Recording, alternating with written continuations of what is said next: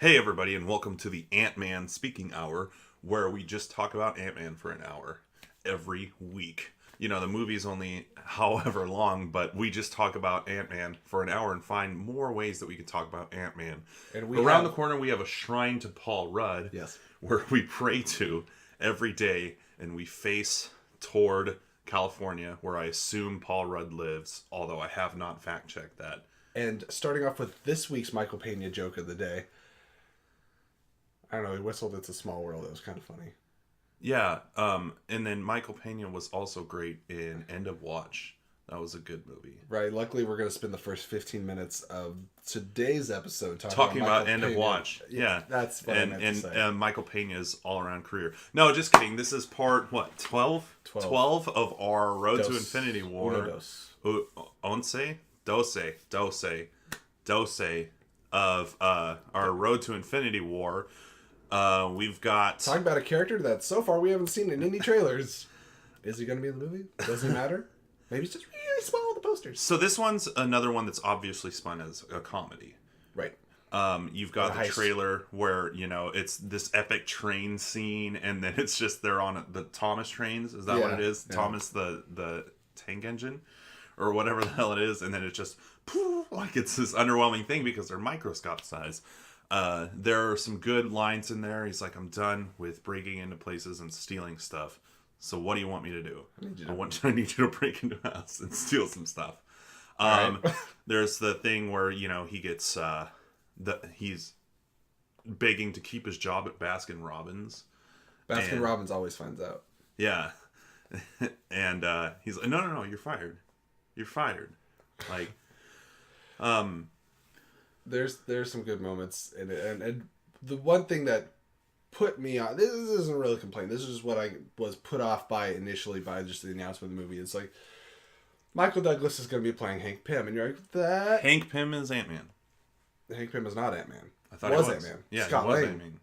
Yeah. Well, Scott Lang is current. I thought he was Scott Lang was the second Ant-Man. Yeah, that's okay. What I'm getting to. I'm saying Hank Pym was the original Ant-Man, and I was already put off by Ultron, the movie, because Hank Pym created Ultron. That is what Ant-Man was known for, basically, is that he created Ultron, and that was his flub. That was his mistake. I was like, no. Like, well, we are going to have Hank Pym in the next film. I'm like, okay. But he's going to be the old Ant-Man, and we're going to do Scott Lang. I was like, oh, okay. Because I didn't know anything about Scott Lang. Everything I know about Ant-Man is Hank Pym. So it put me off, and then I went to the movie and put my expectations aside and enjoyed it and had a good time. And except for, you know, the villain, they did an Iron Man again, where it's like, hey, we're gonna have a villain that is exactly the same as the hero. Mm-hmm. And we talked about this in other movies, but you know a lot about this movie. You've seemed to have a relatively good memory of it, at least the trailers. What are some of the highlights to you in this film? I think the highlights to me are that it introduces a new ability into the Marvel Cinematic Universe.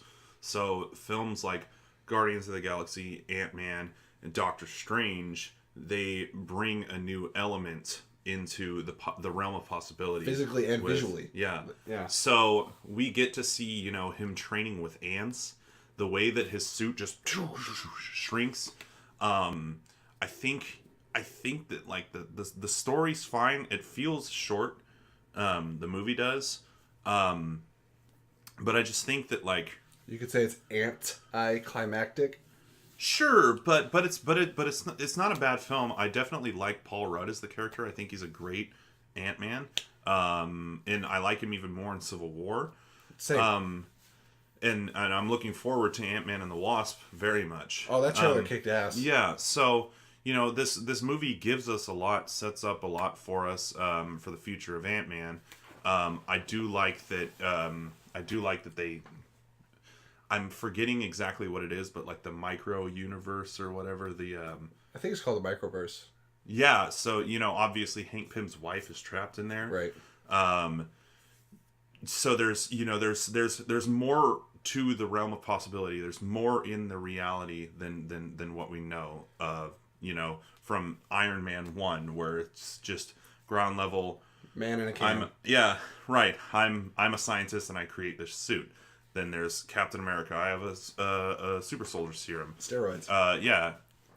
Frickin' Jekyll and Hyde the Hulk. You know, more steroids. Right. So this is just like some insane stuff that they real bring sci-fi. into it. Real sci. Yeah. Should Rick Moranis have had a cameo? No, because he hasn't acted in several years. But you know, I think I've said enough about Ant-Man. It's a good film. I like the costume. I like the characters. We don't have to talk about Michael Pena. He was great. I mean, we both loved him in the movie, yeah. but like that's all anyone ever talks about when it comes to this movie. Sure. Character chemistry's fine. Hank Pym seems kind of dickish towards Scott Lang. You never really warm up to him, right? Yeah. And I don't even actually buy the Evangeline Lilly, the Hope Van Dyne and Michael Douglas character, like their chemistry. I never bought it. I love Michael Pena and I love Paul Rudd in this movie. Right. Nobody else works for me. She's kind of like a weird, almost like Natalie Portman in Thor. Like it just Presence, doesn't. just yeah, there. yeah. Her character's fine, but it's just not. It feels a little shoehorned. Yep.